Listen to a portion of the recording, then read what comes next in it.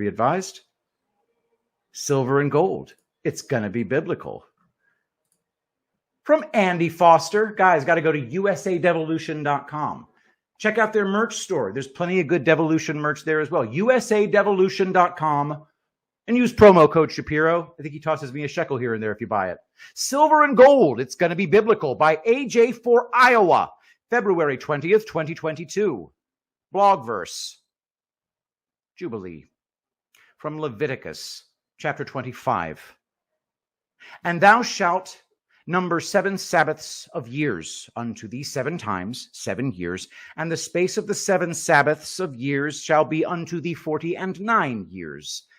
Then shalt thou cause the trumpet of the Jubilee to sound on the 10th day of the 7th month. In the day of atonement shall ye make the trumpet sound throughout all your land. And ye shall hallow the 50th year, and proclaim liberty throughout all the land unto all the inhabitants thereof. It shall be a jubilee unto you, and ye shall return every man unto his possession, and ye shall return every man unto his family. A jubilee shall that 50th year be unto you. Ye shall not sow, neither reap that which groweth of itself in it, nor gather the grapes in it of thy vine undressed. For it is the jubilee. It shall be holy unto you. Ye shall eat the increase thereof out of the field. Breaking it down. Verse 8 provides the formula for setting Jubilee. The trumpet in verse 9 brings me to the mind of Nikola Tesla's quote, "If you want to find the secrets of the universe, think in terms of energy, frequency, and vibration." Jubilee is a recurring great reset in the Old Testament, starting after Moses led the Israelites out of Egypt. A biblical reset of debt and possessions. Klaus Schwab desires a Marxist reset in which you will own nothing and be happy. The false preachers teaching prosperity and God is love in our churches today also teach that situational ethics allow Christians to discard the Old Testament as myths and or irrelevant. In doing so, they undermine the common and natural law that flow from our Creator and grants us the unalienable liberties and rights with which we are born. These Marxist deceivers are useful to and promoted by globalists to ensure that we will never be free of debt and bondage. From the first letter of St. Paul to the Corinthians, chapter 11, verse 30, "For this cause many are weak and sickly among you, and many sleep." From the first book of John, chapter 8, verse 32, "And you will know the truth, and the truth will set you free." Ending the Fed. By now, most are aware that the Federal Reserve Bank is not part of the government, rather a private enterprise that has been stealing our wealth for decades. So how do we go about making America wealthy again? The Founding Fathers provided us with true path to ensuring economic stability and wealth. By contrast, a fiat currency is subject to the whims of bankers and politicians, and in a blink of the eye, your wealth will be erased. Article 1, the Legislative Branch, Section 8, Enumerated Powers of Congress, Clause 5, Money, Weight, and Measures. From the Constitution, to coin money, regulate the value thereof and of foreign coin, and fix the standard of weights and measures. Article 1, the Legislative Branch, Section 10, Powers prohibited of states. Clause 5, international liaisons, coinage, and contract interference. Quote, "No state shall enter into any treaty, alliance, or confederation, grant letters of marque and reprisal, coin money, emit bills of credit, make anything but gold and silver coin a tender in payment of debts, pass any bill of attainder, ex post facto law, or law impairing the obligation of contracts, or grant any title of nobility." You can name your son Baron, but you can't make him a baron. 10th Amendment solution. I added that, by the way. That wasn't Andy. 10th Amendment solution. In a 2014 article, Oklahoma Senate passes bill to authorize gold and silver as legal tender. The 10th Amendment Center writes, quote, Senate Bill 862 was introduced by Senator Clark Jolly and Representative Gary Bands, with co-sponsorship from Senator Nathan Dahm. It reads in part, quote, "Gold and silver coins issued by the United States government are legal tender in the state of Oklahoma. No person may compel another person to tender or accept gold or silver coins that are issued by the United States government except as agreed upon by contract," end quote. If passed into law, Oklahoma would become the second state to recognize gold and silver as legal tender authorized for payments of debts and taxes. Last month, the Arizona Senate also passed a similar bill by a vote of 18 to 12. Currently, all debts and taxes in Oklahoma and the rest of the United States are either paid with Federal Reserve notes, dollars, which were authorized as legal tender by Congress, or with coins issued by the U.S. Treasury, very few of which have gold or silver in them. The Constitutional Tender Act is a big step towards that constitutional requirement which has been ignored for a long time in every state of the country. Such a tactic would achieve the desired goal of abolishing the Federal Reserve System by attacking it from the bottom up, pulling the rug out from under it by working to make its functions irrelevant at the state and local levels. Passage of this legislation would introduce currency competition with Federal Reserve notes. Professor William Green explains further, quote, "Over time, as residents of the state use both Federal Reserve notes and silver and gold coins, the fact that the coins hold their value more than Federal Reserve notes do will lead to a reverse Gresham's law effect, where good money, gold and silver coins, will drive out bad money, Federal Reserve notes. As this happens, a cascade of events can begin to occur, including the flow of real wealth toward the state's treasury, an influx of banking business from outside of the state, as people in other states carry out their desire to bank with sound money, and an eventual outcry against the use of Federal Reserve notes for any transactions," end quote. Once things get to that point, Federal Reserve notes would become largely unwanted and irrelevant for ordinary people. Nullifying the Fed on a state-by-state level is what will get us there. Without a single act of Congress, the Federal Reserve System can be brought to its knees by passing such bills in states all over the country. Good for Oklahoma, but what about Congress? In Issues, National and Economic Security, I cover how the Federal Reserve Act came about and the need to abolish it, returning to the gold standard. I suggest reading Making America Wealthy Again first for a context before reading further. And when the federal government goes rogue, there is not much that a state can do to counter an out-of-control economic system except to authorize silver and gold as legal tender. As we read from the Constitution above, Congress is delegated the sole responsibility to coin money and set the standard weights and measures. However, the Congress has failed to, quote, secure the best blessings of liberty to ourselves and our posterity, per the preamble. On September 23, 1913, Congress passed the buck to the Federal Reserve Bank to provide the nation with a, quote, safer, more flexible, and more stable monetary and financial system. That was the lie sold to we the people, that a fiat currency would free us from financial worries. Instead, the bankers and their cronies proceeded to plunder and ransack our wealth. Whose wealth? Your wealth, as well as that of your forebears and that of your children and of your children's children. The Colt 45 Standard. Of all American handguns, the Colt 45 Peacemaker is the most famous, most legendary, and arguably the most aesthetically pleasing. On the civilian market, the finish was a brighter blue than the government issue, and nickel plating was a popular finish with a one-piece walnut stock. Back then, those guns sold for $20 or 1 ounce of gold. 150 years later, Colt still produces the Peacemaker, and the cost hasn't changed much.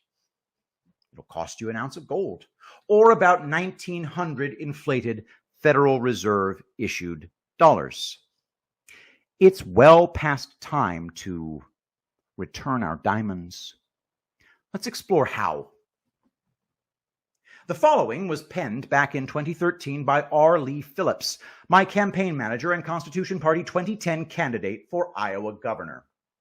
Quote, "The vision of restoring America's economy. The missing element in America's economic discussion is monetary policy. This is expected from President Obama and his liberal following because the current policy enables socialism to thrive. Obama's scheme to convince America life is better with consistently high unemployment, bailouts, a skyrocketing national debt, and a growing federal government is actually a picture of America following a hearse to the cemetery. When Obama's big government bureaucracies spread fear about the elderly losing benefits from Medicaid or Medicare, it's like a bank robber holding the hostages as shields in his getaway. Those working for government don't want to lose their jobs and will say anything to save those jobs and their benefits, but panic and fear tactics will solve nothing. We have only two choices: either an uncontrolled economic crash or a controlled economic crash. The future inevitably holds an economic crash of one type or another, but by proactively restructuring our nation's monetary policy, we can avert the more terrible of the two outcomes. The change in monetary policy from gold and silver can historically be tied to congressional action taken before two specific social programs were enacted: Social Security and welfare. The Gold Act of 1934 essentially ended the circulation of gold as a tender of debt payment. What came along in 1935, besides Parker Brothers' game of Monopoly? Social Security. Again, silver was last minted for circulation in 1964. What emerged in 1965 under President Lyndon B. Johnson's Great Society? A myriad of social programs that gave birth to our current welfare state. Changing monetary policy clearly enabled both federal programs of gargantuan proportions to emerge. To reverse the unsustainable weight and generational decay of each, we need to reverse the acts that led to them. Why are gold and silver the solution? 1, they are money that retain a store of value and provide substance we can pass on to our children besides debt. 2, it is money free from manipulation by Wall Street bankers. 3, it can't be printed and would guard against hyperinflation and growth of government. 4, it's constitutional and owned by the people. These are the principles of sound money. Currently, America is enslaved to the compelled liability of the Federal Reserve Note, FRN, and pocket change that's intrinsically worth nothing. Monetary policy today excludes the above four principles of sound money. Gold and silver appear to rise in value when in reality the Federal Reserve Note is losing value. It is worth less. Worthless. The value of gold and silver is stable, has stood the test of time, and is unmatched by paper FRNs, Federal Reserve Notes. How this could work is by setting the rate of commerce at 30-1. If we divide by 30 all commerce, hold and freeze the current market value of all commercial products, roll it over to the gold and silver standard, then the economy could adjust to the new structure, revive, and return to a free market to establish prices according to supply and demand in less than a year. Under Gresham's law to prevent hoarding would require compelling the people to use precious metal for daily commerce by pulling out of circulation all denominations of FRNs, including all Cupro nickel coins, dimes, quarters, and halves minted since 1965. These could be exchanged at $1,500 for 1 ounce of gold or $30 for 1 ounce of silver. The genius of the plan would be pennies and nickels would retain their value of 1 5 cents, but would in essence gain 30 times in value, being tied to gold and silver. As stated, the genius of the plan is that all of the people in poverty or on welfare have in their possession many pennies and nickels. If a family has $50 in pennies and nickels sitting in a jar, it would suddenly explode to $1,500 in buying power by today's standard. The $50 in cents would be exchanged for 50 ounces of silver or 1 ounce of gold. Presently, it's not even worth the gas to drive to the bank to convert. This would be a stimulus for every household in America and would cost the government nothing to distribute. A couple of questions emerge. Why do Americans have to pay a central bank interest on the national debt for the use of our money? And, constitutionally, how does the power of Congress to coin money and set the value thereof go from the legislative to the executive branch without amending the Constitution? Where does the Constitution allow any branch of government to redelegate any of its authority or power? It seems the Federal Reserve System is unconstitutional in its current form and function and warrants an investigation at the least and an audit at the most. The Federal Reserve Act of 1913 has been the leader of debt creation and monetary debauchery for the past 100 years. This institution has led the race in the corruption we face today in America's social spending. The only solution the federal government offers to the destitute is an entitlement. Those on welfare, most on welfare, would be willing to get off, but can never do so, with the chains of government-induced poverty wrapped around their necks. Welfare just keeps a person barely alive without any hope of the future. Sound monetary policy begun by our founding fathers set the stage to help future generations to pursue the American dream. It placed the floor of success on the ground, within reach, without government assistance.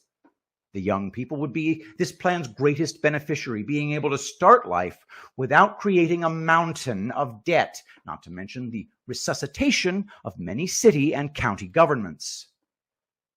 The U.S. Constitution was designed to protect the American idea from something that will never change: human nature. It was also to protect equal rights that come from God and not to provide equal things under the guise of entitlement. Monetary policy such as gold and silver crafted by our founders is a moral right. There would be no need of a vastly immoral redistribution of wealth scheme except to adequately care for those who are physically or mentally unable to provide for themselves. There would be no need for a giant food stamp program because food would become affordable. There would be no need of help with utilities except expecting the number of applicants to drop significantly. Housing and small business startups would be more accessible and productive for those less inclined with a change in monetary policy. To implement such a plan would require dismantling the Federal Reserve System as we know it. Stating this would open Americans to attacks from the world bankers, as they would lose power and prestige in a system that by design produces poverty. For example, under the 30-to-1 plan, a home selling for $120,000 now would be $4,000. Imagine the interest rate on a bank loan or property taxes on the latter amount over the first. This would be a tremendous help to Americans, but create fear in the hearts of the central bankers. Gasoline at $3.60 per gallon would be 12 cents, affordable for everyone. The amount of gold and silver needed in circulation would be enough to sustain our economy. The cost of living would be affordable for the least of us. Numbers can be manipulated to mean anything. We think if we could make $100 per hour and $800 per day, we would be doing great. But if we have a $1,000 per day cost of living, then we still have a $200 per day deficit and we are still broke. More is illusory under the current monetary policy and never enough, bordering on hyperinflation. Monetary policy consisting of gold and silver would make smaller, more affordable numbers that the common person can wrap their minds around without government assistance. And the greatest benefit: independence from government. This idea will not affect the people who have business skills. However, it will release them from financing and supporting a failed welfare program. Minimum wage, if needed at all, would be reduced to a silver quarter per hour. This would translate into $2 per day or $10 per week. Even the laziest person could easily make $1 a day and survive without welfare. But as it is, the cost of living is so high, more people are pulled into the welfare rolls. They don't comprehend or possess the ability to make the amount of money required to survive in the intentionally induced welfare state of today. There would be no limit as to the amount of money a person can earn. This plan places the starting point in life in the same position equally for everyone, but uncaps the top. You can essentially start with nothing, with humble beginnings, and succeed without government assistance or welfare. This plan will and can work only if you can see the vision of smaller is better in our national monetary policy. Is the skyrocketing debt and high cost of living better? That's the problem. It's so high, everyone is so overwhelmed by it that they can no longer see over it anymore. That's Rick Phillips. With the aforementioned Colt 45, it would now cost you $50. But then again, the article was written in 2013 when gold was averaging $1,500 an ounce, and today, approximately $2,000. So the rate of commerce ratio would be tweaked. And about that Convention of States action proposal to add a balanced budget amendment, what's the point of a balanced budget amendment as it is predicated on controlling fiat spending by Congress? Congress will no longer be able to incur debt at will if the Federal Reserve were no longer printing smoke and mirror currency. Something to think about. It's going to be biblical. And finally, a note from Andy Foster. As your constitutional senator, I will abolish the Federal Reserve Act and return wealth to we the people. That's Andy Foster, my friends. USAdevolution.com, USAdevolution.com. And here is the blog post, adding it into the chat for both Twitch and Rumble.